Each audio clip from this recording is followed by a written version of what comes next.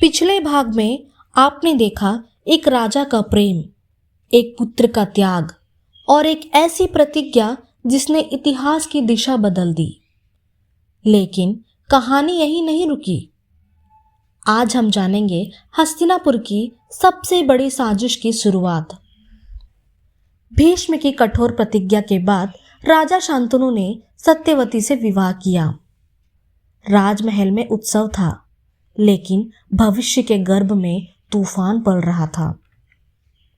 सत्यवती से शांतनु को 2 पुत्र हुए, चित्रगध और विचित्रवीर्य। भीष्म ने पिता समान बनकर दोनों को पाला। युवराज चित्रगन पराक्रमी और साहसी था, लेकिन अहंकार ने उसका विनाश कर दिया। एक गंधर्व से युद्ध में चित्रगंध मारा गया। हस्तिनापुर फिर शोक में डूब गया।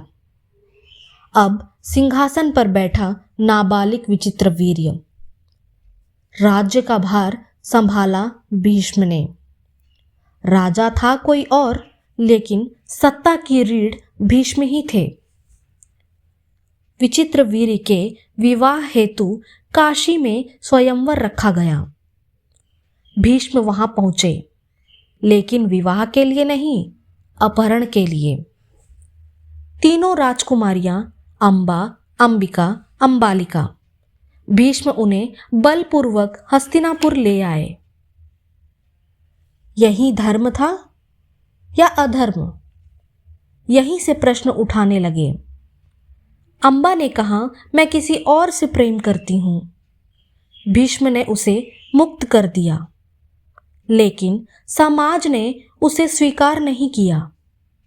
यही जन्म लेता है महाभारत का सबसे भयानक प्रतिशोध।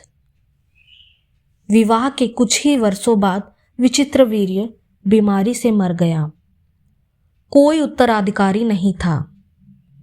हस्तिनापुर का वंश फिर संकट में था। सत्यवती समझ गई, राजा बिना वारिस के राज्य नहीं टिकता। उसने अपना सबसे बड़ा रहस्य सबके सामने रखा। सत्यवती बोली, विवाह से पहले मेरा एक पुत्र था, कृष्णदेवोप्यान वेदव्यास। राजनीति ने मातृत्व को फिर हथियार बना लिया। वंश बचाने के लिए नियोग प्रथा अपनाई गई। अंबिका, अंबालिका वेदव्यास से मिली, लेकिन भय ने संतानों को अपूर्ण बना दिया।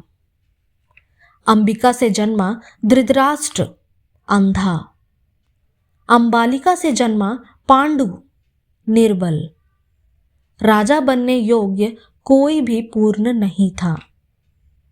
भीष्म के सामने सबसे कठिन प्रश्न था, किसे राजा बनाए?